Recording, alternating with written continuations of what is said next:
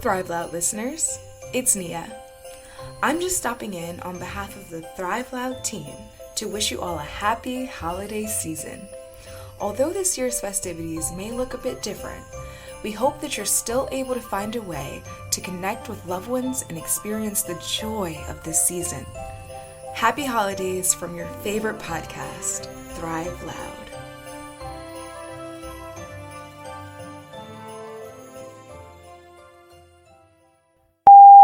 Hey, Llama.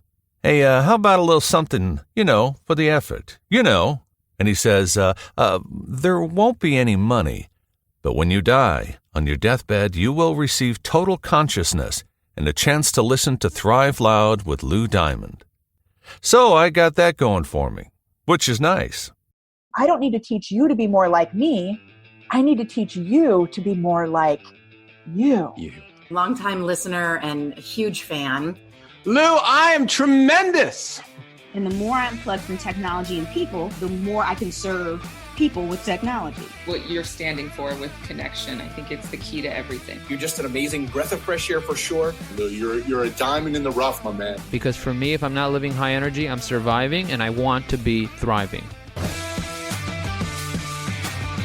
Get ready to thrive loud with Lou Diamond. I love it. Welcome, everyone, to another episode of Thrive Loud with Lou Diamond, connecting you to the most inspiring and amazing people that are thriving each and every day. I'm your host, Lou Diamond. Today on Thrive Loud, we have the founder and CEO of Kerry Barrett Consulting, a full-service media training and public speaking boutique. She is an Emmy award-winning TV news anchor, reporter, and broadcaster. She has appeared on the Weather Channel, NBC, ABC, and Fox TV stations in markets across the country. She helps clients from every walk of life bring out their inner rock star when it comes to speaking in front of an audience or in front of a camera. Thrive Loud listeners, Kerry Barrett. Kerry, how are you today? I am well. How are you? I'm doing great. I love having media professionals on this program, people who really understand the art of communication, whether it's how you look or how you sound or how you appear. Right. It's everything right now, especially in this digital age that we find ourselves in the middle of the pandemic. We all have an on-camera career to some degree. We do. And let's talk about what you're doing and how you're helping people. So help me move from the transition. I never like to go back to the womb. I want to go from the transition that's doing the thing that you've created, your consulting business. When you moved from doing your television work into this area, what was the calling? What was the universe saying? Hey, Kerry, we need this. Can you help us? What was that big shout out for you that you said, let's do that? Well, the universe had been calling me for quite some time, if I'm completely honest. I had grown weary of the TV news industry, but I stuck with it because I knew it. I knew I was, at least half decent at it, and it was comfortable. And every time I thought about leaving the industry, I would get a promotion. But it was after I had right. It didn't work out for me. After I had my third child and the content of the news that I was reporting had changed, my role had changed a little bit. I was exhausted. I was getting up at 1:15 in the morning every morning for work. And I said, something's got to give because I'm just a shell of who I am. Who I was. And so I was in the process of networking and figuring out exactly what I was going to do because I'd never done anything other than TV. And I was relaying a story to somebody about my deathly fear that I used to have of public speaking, let alone being on camera. I mean, I was absolutely just not even a normal fear of getting up on stage and making a fool of myself. I mean, an irrational phobia. And she said, well, you've overcome that. And now you have this set of skills in which, the entire world is in need of, basically. I mean, this was pre-pandemic, but video was still popping, and it is now, especially. She said, you need to take the skills that you've curated in your 20-year TV career and help other people do the same. And I thought, that's a pretty good idea. All right, I'm going to do that. I went home and told my husband I was going to start a business, and he was like, holy bleep, bleep, bleep. And here we are a year and a half later. So let's talk about what this journey's been like. Maybe first shape for the audience, I guess, the specific things you work on to help people better get their rock star to come out? What do you do with them? Is it just mostly optical on how they're looking in the camera, or is it a whole combination of things that you help them basically work on? It really is a whole combination of things. And often what people need is dependent upon their goals in video, whether that is media exposure on a news outlet, whether that is I need to create efficient DIY marketing videos for my company, whether it's I want to grow my online brand, if you will, or I just need to be able to get up on, well, a Zoom call now. Before the pandemic, it was mostly a stage, and be able to sell and pitch my business. So it has changed a little bit. I launched my business just about I don't know, 6 or 7 months perhaps before this pandemic started. And while I was doing a lot of in-person public speaking training, that's obviously changed. So it varies. It's anything, I'll have law firms or sales teams or accounting firms and teaching them how to set up their shot so that their message is amplified and there's nothing distracting and they are able to present themselves with authority and credibility. And that's a little logistics and the physical setup, and it's a little bit messaging and delivery. And then there are other people who need a sort of longer program because they have different goals, or they're coming into this with a different set of skills, or they're very uncomfortable in camera and they need to be able to put together a presentation that performs. Because let's say if you are selling insurance, you used to depend, at least a lot of them did, on dinner seminars. So you can't do those anymore. You have to be able to sell on camera. So structuring a presentation that works in this video format. It also means, sorry, I forgot a big one.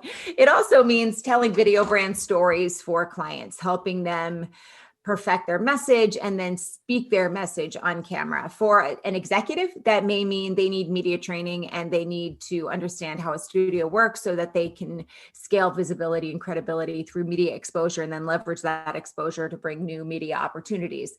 For a small business owner or a personal brand, they may have the same goals, but their skill set is different, or they have a different end goal in mind. And so I custom tailor each of my programs and trainings based on the skill set that a client comes to me with and what their end goal is.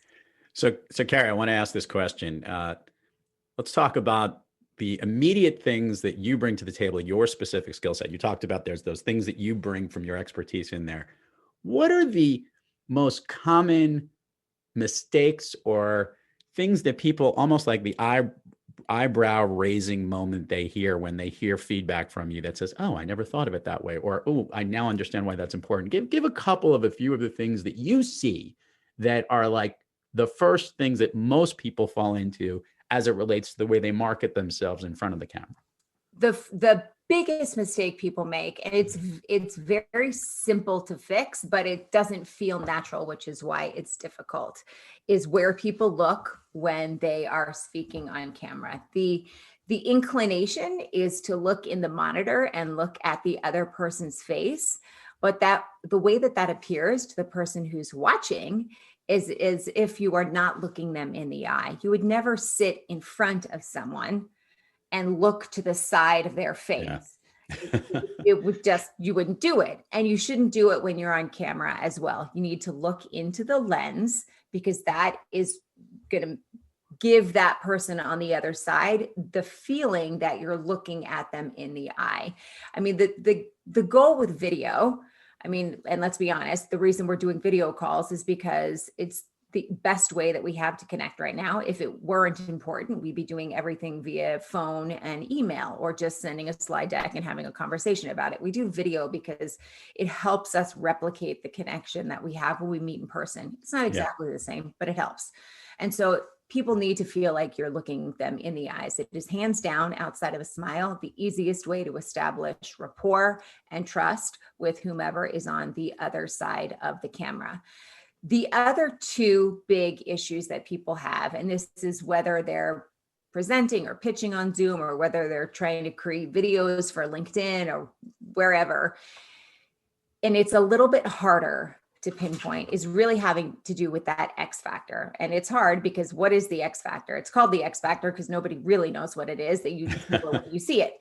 And it's a combination of being interesting and being likable. And I think those are the two biggest personality elements. It's sort of that charisma, if you will, that people forget about.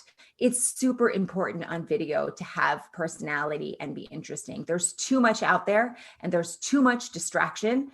If you're not interesting or if you're not likable, people are going to scroll right on by. So you have to figure out how to, while being authentic to yourself, make what you're saying interesting and make yourself likable. Now, you said there was a third piece. There was a third problem. Did I miss that? My third piece of advice is knowing when you've made a mistake. No, the third piece of advice, I guess, is really having that charisma, which is a combination of the two things. The camera eats energy. I guess that's really the third thing. Yeah. People don't recognize how much energy the camera sort of sucks out of you. And I always advise people, I learned this the hard way when I was on air, and I thought that I was reading a story and I was really, connected to the words and I was speaking with passion and authority. And I went back and I watched the air check, the recording of the show, and I'm like, wow, that is not at all what I look like. I look tired and not interested.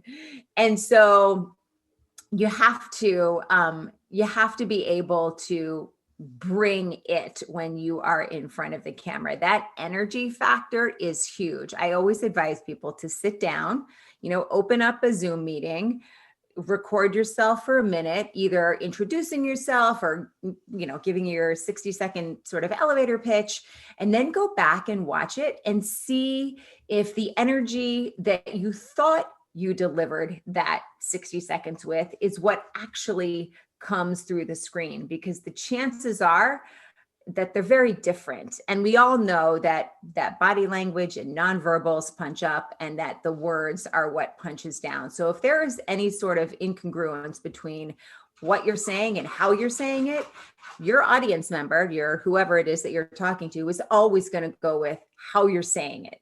And so you have to make sure that your energy matches, the energy that comes through the screen matches the way that you actually feel about what you're speaking. So, Kerry, this is interesting. And I want to go back to one of your first points. One of the biggest challenges most listeners are here is they're on a Zoom call and they're giving a presentation and you want them looking at the camera.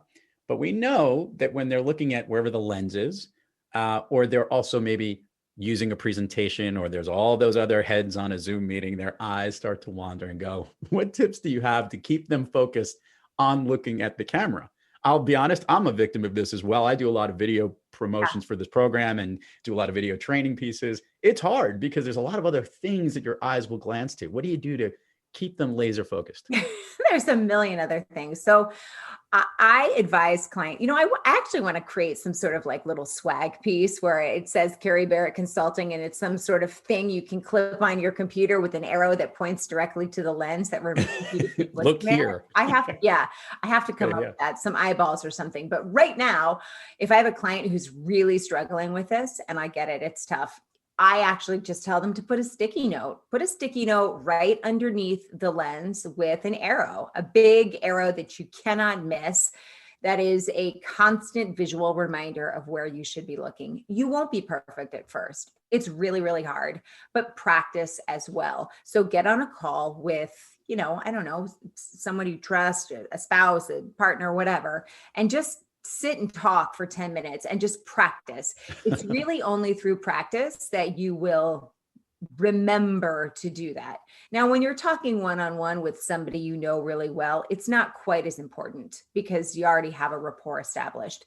Excuse me. But if you are in front of a potential client or you are pitching, your boss on a project or something, that's when it becomes extremely important. And so an arrow is a great reminder. I will say the question that I always get for people who have mastered that is, now I can't see what anybody's doing. I'm missing out on all their nonverbals. Like, how do I figure out if they're like, tapping their foot, or they look ticked off or whatever. And that is a challenge, 100%. It's hard to mitigate that.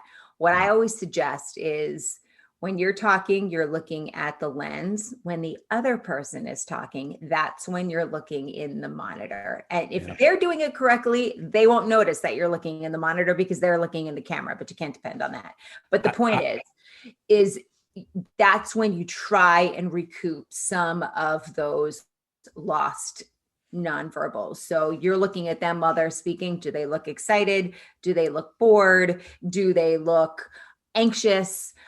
And you have to sort of calibrate that with the idea that everybody is, for the most part, struggling with this. So while they may look bored, they may just be suffering from the camera eating their energy. Yep. And so I always also advise people to ask for specific emotion words from the people to whom they're speaking and to use them themselves personally. So just in case there is a nonverbal that's missed, communicate with emotion words. I'm really excited about this. Yeah. I'm really concerned about blah, blah, blah, blah, blah. That way you're communicating with the emotion that you're trying to get across nonverbally. But if you communicate using the actual word, you have a much better chance of making sure that that message is conveyed the way that you want it to be. Kerry, it's really interesting. One of the tips that I came up with, which I found, was I'll put the smaller image of myself when I'm on camera as close to the camera lens as possible on my screen, because it seems that we like to watch ourselves when we're actually doing it. And that's always been a very helpful thing. And I've noticed that's the key. Or I'll put, if I want to show those reactions, I'll also put the speaker view in a way that I'm looking at the person who's speaking. But these are great tips. I love it. And it's really interesting because I think I wanted to get your take on this. Obviously, you're right. Video is so important, and it is taking a little derivative of what you were saying. It's a bridge right now because we're all working remotely. Help me connect this bridge and cross it on helping people take the stuff that they're going to be learning from working and speaking to the camera to when they're speaking in front of the audience. What's the type of coaching and work that you're doing there? Because look, when I speak on stage, I know I'm always looking towards the back person in the room or finding certain people in an audience. Have you been able to carry over that type of presence from that aspect into the way you communicate on stage? Well, it is a little bit different. You're right. You are always speaking to the person in the back of the room and you're looking for some familiar faces. I sometimes did sort of double back a little bit on what you said about getting distracted on seeing ourselves on camera. Sometimes I advise clients to remove their picture entirely. You can do that in Zoom for sure. You can calibrate the settings or change the settings so that you don't see yourself at all. It is easy to get distracted, and then you end up playing sort of producer, actor, and director, and it becomes even more exhausting. I will say that there are some similarities. One of the things that I advise people to do if they are giving a presentation that they're nervous about, or they sort of need to be on their game. And this applies to when you're speaking on a stage as well. Like when I'm talking to you right now, I'm sitting down in front of my laptop. But if I were giving a paid presentation to a large group of people, I would stand up. I mean, you have to have the right gear to do this. You have to have the right type of mic, and you have to have lights that are strong enough, et cetera, et cetera. But standing up when you're giving a presentation, much like you stand on a stage, is a great way to have a presence that is different from when you are sitting down. It automatically, you're able to move a little bit more. Your energy usually bumps up automatically when you're standing. And so I often advise people to practice standing as well when they're in front of the computer. Now, when people are actually going to be on a stage, I don't know, but there are similarities between the two. It's just in the method of delivery that there is some difference. Being a good speaker is being a good speaker, whether you're on camera or you are on a stage, right? Your story is compelling, you're energetic, you're connecting with people individually. And that's the one thing that I advise too. So it's easy when you are on a stage, right? You can see everybody in front of you, but you can focus in every now and then on an individual person. Maybe there's a friendly face in the crowd, somebody you already know, or somebody you met before the event. Or you can divvy up the room into quadrants and sort of make it look smaller and focus on, quadrants one at a time. But when you are on a Zoom call, people get, they see down at the bottom, they see, 50 participants or 500 participants or whatever. And it's easy to get,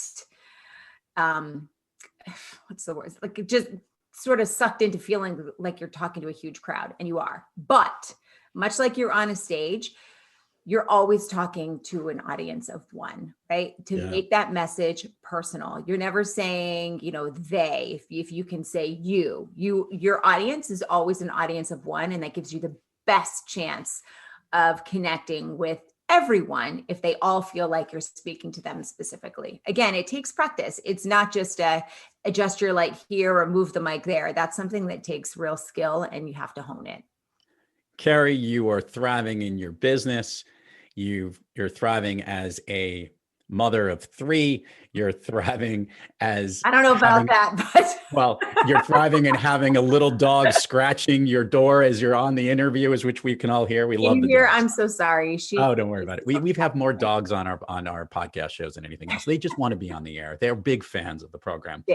We have all these days when we're kicking on all cylinders and thriving. And to your point, we have days when we're not. Yeah. Kerry, when you have trouble thriving, who or what practice do you seek to get yourself back on the thriving track? That's a really good question. I never had that, when I was on air, never had the option of not bringing it. If I didn't bring it, you could guarantee there were going to be emails and tweets, and my boss was certainly going to call me into the office and say, you looked hideous today and you also sounded exhausted. What the hell is wrong with you? And so for me, again, because I did this for so long prior to starting this business, it was just a matter of failure is not an option. If I show up defeated, everybody else feels defeated too. If I go into a room with a bunch of clients and I'm not feeling it, they're going to know immediately. So you've got to dig down and you've got to find whatever nugget that you can find to be grateful for, to feel gratitude about, to, pull out whatever last morsel of energy is in there. I also say there is a part of being on camera, like speaking on a stage, that is performative. And I don't mean that you are inauthentic. I just mean that you don't have the choice you just don't have it. You can't show up and do a half-assed job. You've got to, whether that means you gulp 4 cups of, espresso right before you hit record or whatever you need to do. It's different for each person, but the option of not bringing it is just, it's not there. There's too much else out there for people to get distracted with. So dig deep and make it happen, even if you really don't feel like it. Kerry, let's do this. Let's do the admin part of the show here. Share with the listeners all the places people can find you, learn about Kerry Barrett Consulting, websites, links, social media, everything. It is going to be in all the show notes, but it always gets more engagement when they hear it directly from you. Thank you. Okay, so you can find me on my website, which is Kerry. And the spelling of that is a little bit different. It's Kerry, KerryBarrettConsulting.com. You can email me, Kerry, at KerryBarrettConsulting.com. Whoops, my earbud just fell out. Sorry about that. You can call me, 973-210-4952. You can also find me on all of the social media platforms, YouTube, Pinterest, TikTok, Instagram, Facebook, Twitter. Are there any others out there? LinkedIn. You covered a lot of them. Yeah, it's Kerry Barrett Consult, KerBarr Consult, or on LinkedIn, it's Kerry Barrett. Nice. By the way, she has a really cool inversion of her K and B in her logo worth checking out. It's really cool. I love iconography like that. Permission to go down Fun Street with you, Kerry, if that's Indeed. okay. Permission granted. Okay, Kerry. Do you have an all-time favorite movie? Because you gave me one, and if this is the one you still have, we have a lot to talk about. I gave you one. Did I give you? Oh, geez. What was I watching? I know it wasn't The English Patient. It's probably more along the lines of Weekend at Bernie's. Breakfast Club. No, you gave me Fletch. Oh my gosh, I did give you Fletch. You know why? I had watched Fletch the night before, and it was, yes, I do love Fletch. I don't know if it's my all-time favorite, but it's way up there. I'm going to give a shout out to my very good friend Scott. He and I literally can quote every single line of this movie, probably chronologically. Why do you like Fletch so much? What is it? It make you laugh? It makes me laugh. He's such a goof. But the way Chevy Chase delivers his lines, I mean, it's him. It's standard him in every movie, from Christmas Vacation to all the vacation movies. And his delivery it's dry, but I don't know. I love the way he delivers his lines. Yeah. I laugh out loud still. That's awesome stuff. Okay, so the way the speed round of Fun Street works, Kerry, I think you're going to like. The TV show Family Feud, right? Yeah. Remember at the end? You remember the end? They do the speed round. They ask a whole bunch of questions, and you have to give the answers pretty quickly. Okay. That's what we're trying to get. We're looking for things that lift you up, that make you feel good, that motivate you, that make you thrive. Okay, ready? Yes. A song that you love to hear or that pumps you up. Oh my gosh. I love Taylor Swift. Any specific Taylor Swift song or just all of them? Oh my gosh. She's got a million of them. I love her new album, Folklore, although she just dropped one last night that I haven't heard yet. So there may be something on there. I love Tears Ricochet. I love Blank Space. Wow. I really kind of love them all. I'm so embarrassed of this. Favorite food that's not a dessert? Favorite food that's not a dessert. Favorite food that's not a dessert. I will have to say sushi. Favorite dessert? Ice cream. An activity you wish you did more of? Oh, God, workout. An activity you wish you did less of? Drink wine. If you can snap your fingers and go anywhere in the world, where are you, Kerry? Maldives. Kerry Barrett, truly a pleasure to have you on. You too. Kerry Barrett Consulting. So much fun to have you on the program here. Great to learn. I think the tips you're giving are great, and people should check it out. And obviously, there's going to be a little video thing probably for this episode, which people promote to show how well we're looking at the camera and making sure we're focused on what we need to do. Thanks so much for coming on. Absolutely. My pleasure. I appreciate it. And to all our listeners out there, thank you for joining us. And until next time, keep thriving onward and upward. And remember, be brief, be bright, be gone.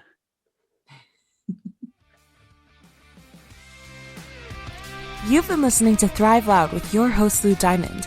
Check us out on the web at thriveloud.com and follow us on Instagram, LinkedIn, Twitter, and Facebook at Thrive Loud. And check us out on the Good Pods app at Thrive Loud, where you can follow, listen, and connect directly to Lou and all of the Thrive Loud episodes. Thanks for listening.